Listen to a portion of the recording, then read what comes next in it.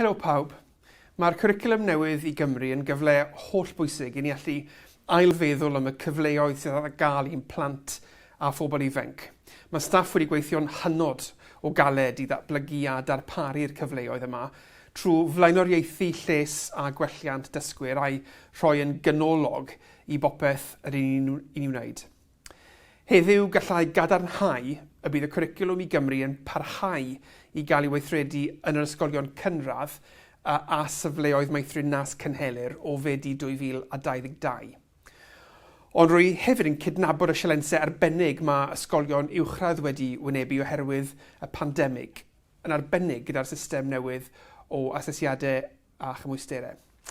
Felly, rwy wedi penderfynu fod hi'n bwysig bod ysgolion uwchradd yn cael yr opsiwn i naill ai barhau gyda'i cynlluniau presennol ar gyfer blwyddyn 7 gan ddechrau cyflwyno yn 2022, neu i ddechrau yn 2023 gyda blynyddoedd 7 ac 8 yn dechrau gyda'i gilydd.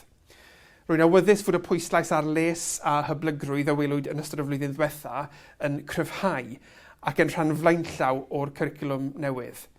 Mae'n glir i fi wrth siarad gyda phob un ohonoch chi fod yna awydd cryf am ddiwygio ac mae rhaid i ni fynd i'r afel a'r cyfleoedd sydd ar gael. Diolch yn fawr i chi gyd.